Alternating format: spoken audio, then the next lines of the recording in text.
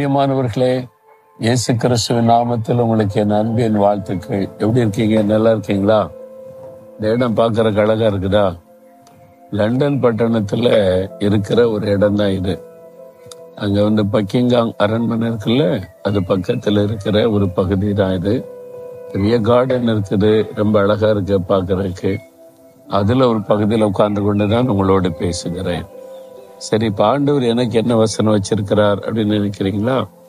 யோபு 5ஆம் அதிகாரம் 10ஆம் வசனத்துல ஒரு பக்தன் அருமையாய் ஆண்டவரை பெற்ற ஒரு அழகான வார்த்தை சொல்லுகிறார்.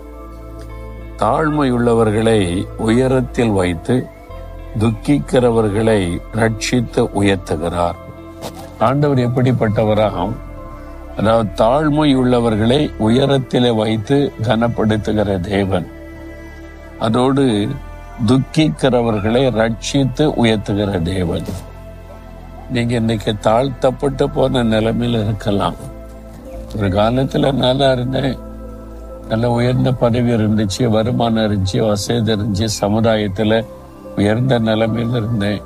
இப்ப எல்லாம் தாழ்த்தப்பட்டு போயிட்டேன், என் வாழ்க்கையே அவ்வளவுதான் தாழ்ந்து போச்சு அப்படின்னு கலங்குறீங்களா? உங்களை இந்த தாழ்விலிருந்து உயர்த்துகிற ஒரு தேவன் இருக்கிறார். அவர் தான் ஆண்டவர் இயேசு கிறிஸ்து. அவர் தான் உங்களோடு பேசி கொண்டிருக்கிறார். துக்கிக்கிறவர்களை ரட்சித்து உயர்த்துவாராம்.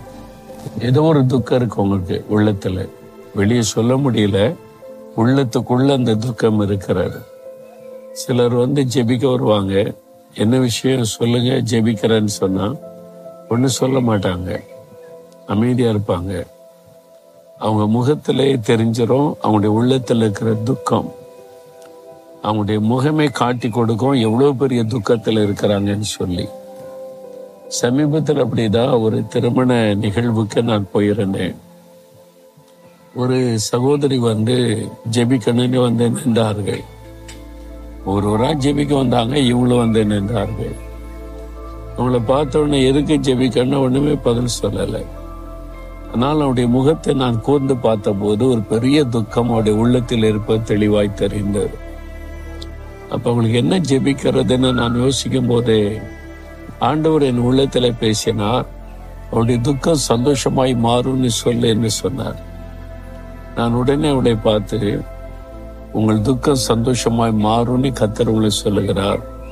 உங்களுக்கு என்ன துக்கம் அது எனக்கு தெரியல, ஆனா உங்களுடைய உள்ளத்துல ஒரு காயம் இருக்க, துக்கம் இருக்கிறது. அதை சந்தோஷமாய் ஆண்டவர் மாற்றி தருவனே வாக்கு கொடுக்கிறார். அவர் மாற்றி தருவான்னு சொன்ன உடனே அவங்களுக்குள்ள ஒரு சந்தோஷம், ஒரு மகிழ்ச்சி வருகிறதை என்னால் உணர முடிந்தது. துக்கிக்கிறவர்களை அவர் உயர்த்துகிற தேவன், ரட்சித்து அந்த துக்கத்திலிருந்து ரட்சித்து உயர்த்துவார். இன்னைக்கு என்ன துக்கம் உங்களுக்கு? கடன் பிரச்சனையா? பிள்ளைகளை குறித்த துக்கமா? கணவரை குறித்த துக்கமா? நஷ்டம், இழப்பு, தோல்வி, ஏமாற்றம், ஏதோ ஒரு காரியத்தை குறித்த துக்கம். யாரோ ஒருத்தரால உண்டான பாதிப்பு, காயங்கள், அதனால உண்டான துக்கம். துக்கத்தினால மன சோர்ந்து போய் இருக்கிறீங்களா? உங்களோட தான் ஆண்டவர் பேசுகிறார். நான் உன்னை ரட்சித்து உயர்த்துவேன் இந்த ஆண்டவர் சொல்றார். அந்த துக்கத்திலிருந்து ரட்சிக்கிறவர், உங்களுடைய உள்ளத்தில் இருக்கிற காயத்தை மாற்றி உயர்த்துகிற தேவன். ஒரு சமயம் நான் சென்னையில் இருந்த நாட்கள் ஒரு வாலிபனை சந்திக்க இருந்தது. 2-3 முறை நான் அந்த வாலிபனை சில நாட்கள் இடைவெளியில சந்தித்தேன். அதிகம் பேச மாட்டான், துக்கத்தோடு இருக்கிறதை நான் கவனித்தேன். ஒரு முறை நான் அந்த வாலிபனை பார்த்து, உங்களோட தனியா நான் பேசலாமான்னு கேட்டேன். சரி என்று நான் தங்கியிருந்த இடத்துல மாடிக்கு அழைத்து கொண்டு போனேன். உள்ளத்துல ஏதோ ஒரு துக்கம் இருக்குது, நீங்க அதை வெளியில சொல்ல முடியாதபடி உள்ளத்துக்குள்ள வச்சு கலங்குறீங்க.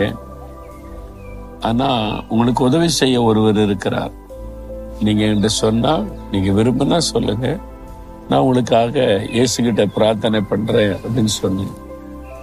அவருடைய கண்களிலிருந்து கண்ணீர் வடிய ஆரம்பித்த சிறு பிள்ளையை போல அழுது அதன் பிறகு சொன்னான், நான் பல நாட்களாக இந்த துக்கத்தோடு அலைகிறேன். எங்க சொந்தக்காரங்க, நண்பர்கள், தெரிந்தவங்க, நல்ல வசதி, பெரிய இடத்துல இருக்கிறாங்க. எனக்கு ஒரு உதவிக்காக எல்லாம் போயெல்லாம் பார்த்தேன், யாருமே உதவி செய்ய மனம் இல்லை. என்னை விசாரிக்க கூட ஆள் இல்லைன்னு நினைச்சேன்.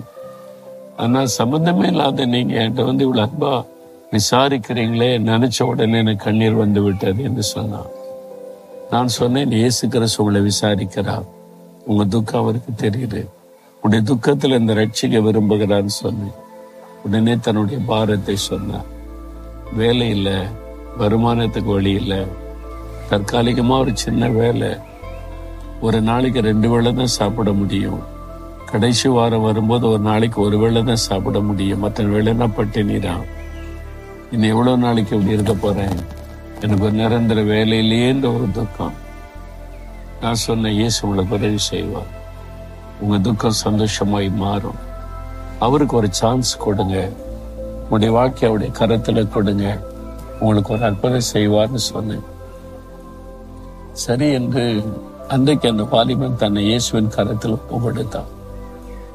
அதுவரைக்கும் இயேசு கிறிஸ்துவை ஏற்றுக்கொள்ளாத வாலிபன் அன்றைக்கு இயேசுக்கு தன் வாழ்க்கை ஒப்புக்கொடுத்தான். ஒரு ஜெபமணி முடிச்ச உடனே பாக்கெட்ல இருந்து சிகரெட் எல்லாம் எடுத்து கசங்கி தூர எறிந்தான். இயேசுக்கு பிரியமில்லாது எனக்கு வேண்டான்னு சொல்லி ஜெபமணி அனுப்பினேன். சில நாட்கள் கழித்தது. அவன் என்னை தேடி வந்தான். அவருடைய முகமே மாறி இருந்தது. சந்தோஷம்.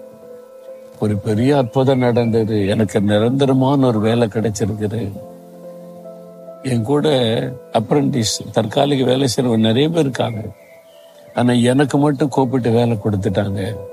என்னால நம்பவே முடியல. இயேசு எனக்கு செய்த அற்புதம். அந்த துக்கத்திலிருந்து அவனை ரட்சித்து ஆசீர்வதித்தார். அது மாத்திரம் இல்ல, இன்னும் சில மாதம் கழித்து வந்த ப்ரமோஷன் ஆண்டவர் உயர்ந்த இடத்துல வச்சுட்டார். அதெல்லாம் கொண்டு வந்து காண்பித்து சந்தோஷப்பட்டார்.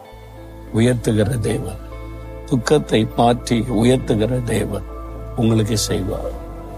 இன்னைக்கு ஏதோ ஒரு துக்கம் உடைய மனதை அடுத்தது. அதனால ஆண்டு சொல்றார், துக்கத்திலிருந்து அவனை ரட்சித்து அவனை உயர்த்துவேன். உங்களுடைய வாழ்க்கையுடைய கரத்துல தர்றீங்களா? துக்கம் நிறைந்த வாழ்க்கை, தோல்வி அடைந்த வாழ்க்கை, ஏமாற்றம் அடைந்த வாழ்க்கை அவருடைய கரத்துல கொடுங்க. ஒரு அற்புதம் செய்வார். இப்ப ஜெபிக்கலாமா? உங்களை உயர்த்துறதற்கு அவர் சிலுவையிலே தன்னை தாழ்த்தினார். உங்களுடைய துக்கத்தை மாற்றுவதற்கு சிலுவையில் உங்களுடைய துக்கங்களை சுமந்தார். உங்களை ஆசீர்வதித்து மேன்மைப்படுத்த அவர் சபிக்கப்பட்டவராய் சிலுவையிலே தன்னை அர்ப்பணித்துக் கொண்டார். உங்களுக்காகத்தான். அதனால இயேசுவே, எனக்கு அற்புதம் உதவி செய்யுங்க, விடுதலை கொடுங்கன்னு கேளுங்க. தகப்பனே, இந்த மகனுக்காக மகளுக்காக செபிக்கிறேன். உள்ளத்துல காயப்பட்டு துக்கத்தோட வேதனையோட வெளியே சொல்ல முடியாத பாரத்தோடு இருக்கிறாங்க.